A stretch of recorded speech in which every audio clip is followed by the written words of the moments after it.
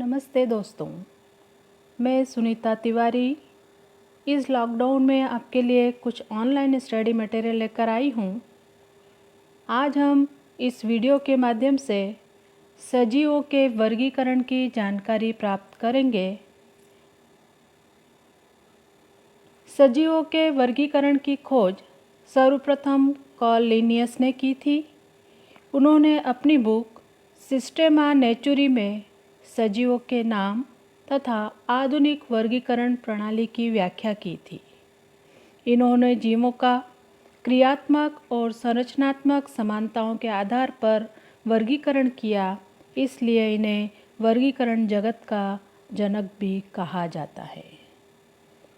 वनस्पतियों के वर्गीकरण के अंतर्गत हम विभिन्न मुद्दों पर चर्चा करेंगे, जिसके अंतर्गत वर्गीकरण की परिभाषा, वर्गीकरण का अर्थ, सजीवों का पंचजगत वर्गीकरण, पंचजगत वर्गीकरण का चार्ट और पंचजगत वर्गीकरण की व्याख्या।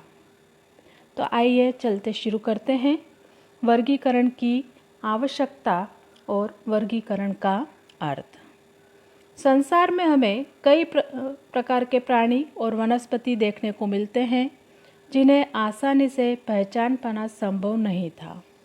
इसीलिए सजीवों का वर्गीकरण अत्यंत आवश्यक था।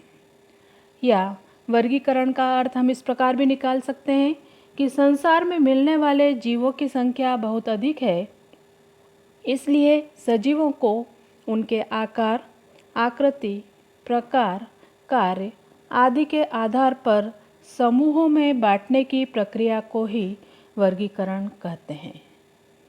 वर्गीकरण को हम इस तरह से भी परिभाषित कर सकते हैं कि सजीवों को आकार और आकृति, उनके प्रकार, कार्यों के आधार पर विभिन्न वर्गों में बांटे जाने की जो प्रक्रिया है, उसे ही वर्गीकरण कहा गया है। इसी श्रृंखला के अंतर्गत 1959 में रॉबर्ट व्हिटेकर ने पंचजगत वर्गीकरण प्रतिपादित किया, जिसमें संपूर्ण जीव जगत को 5 भागों में विभक्त किया गया। पहला है मोनेरा, दूसरा है प्रोटिस्टा, तीसरा वनस्पति, चौथा कवक और पांचवा प्राणी। अब चार्ट के माध्यम से यदि हम पंचजगत वर्गीकरण को देखते हैं, तो इसमें सर्वप्रथम आपको आदि केंद्रिकी यानी प्रोकैरियोटिक्स दिखाई दे रहे हैं, जिनमें प्रारंभिक अवस्था में केंद्रक होता है, किंतु बाद में धीरे धीरे विलुप्त हो जाता है। आदि केंद्रिकी के अंतर्गत सभी मोनेरा जगत को सम्मिलित किया गया है, जिसमें विभिन्न प्रकार के जीवाणु, साइनोबैक्टीरिया तथा नीलहरित शैवाल को रखा गया है।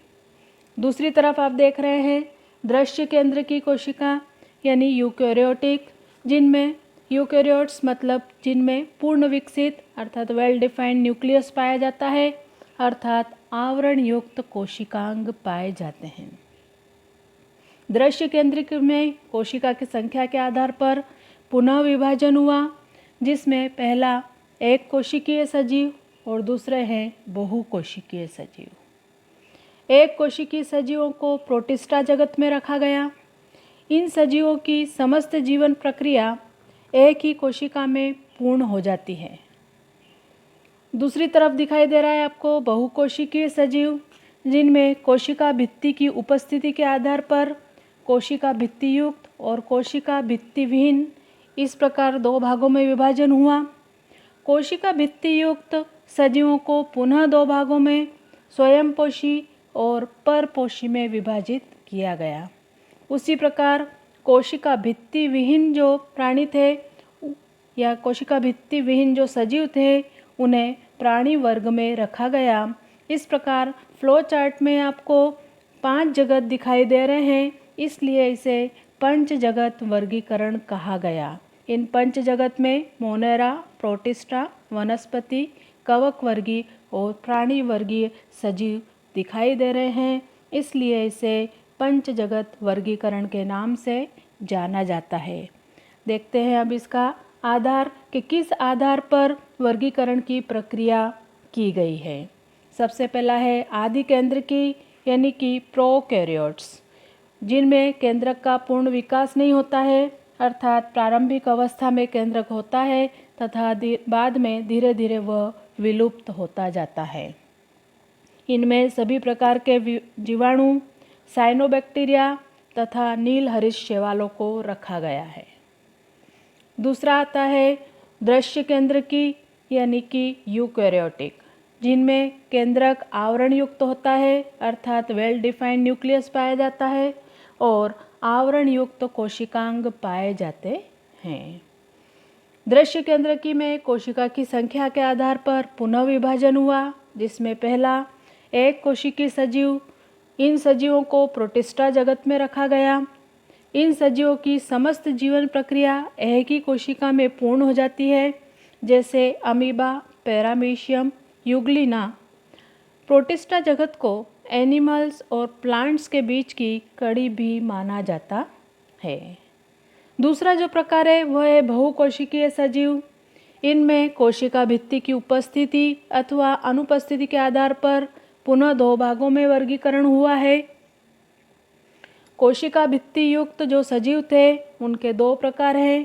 पहला है स्वपोषी, अर्थात जो अपना भोजन प्रकाश संश्लेषण की प्रक्रिया के द्वारा स्वयं बनाते हैं, इसलिए इन्हें स्वयं पोषी कहा गया है। यानी सभी वनस्पतियाँ जो कि पर्णहरित की उपस्थिति में प्रकाश संश्लेषण की प्रक्रिया के द्वारा अपना भोजन स्वयं बनाती है। दूसरा प्रकार है परपोषी, अर्थात जिनमें काइटिन युक्त कोशिका भित्ति पाई जाती है तथा भोजन के लिए दूसरों पर निर्भर रहते हैं। इसके अंतर्गत समस्त कवकों को सम्मिलित किया गया है, जैसे मशरूम, फफूंद इत्यादि। कोशिका भित्ति विहीन जो सजीव हैं उसमें सभी प्राणियों को रखा गया है और यह भी बहुकोशिकीय सजीव होते हैं, जिनमें कोशिका भित्ति नहीं पाई जाती है, किंतु भोजन के लिए यह भी दूसरों पर ही निर्भर रहते हैं, इसलिए इन्हें भी परपोषी ही कहा जाता है। समस्त प्राणी वर्ग, मनुष्य, विभिन्न प्रकार के कुत्ता, बिल्ली वगैरह जो भी सजीव हैं सभी को प्राणी वर्ग में रखे गए हैं। इस प्रकार हमने पंचजगत वर्गीकरण के द्वारा सजीवों के वर्गीकरण की प्रक्रिया को समझा। अब आगे हम वनस्पतियों के वर्गीकरण और उसके प्रकार को देखेंगे, इसलिए आगे के वीडियो को भी ध्यान से समझने का प्रयास करें। Thank you.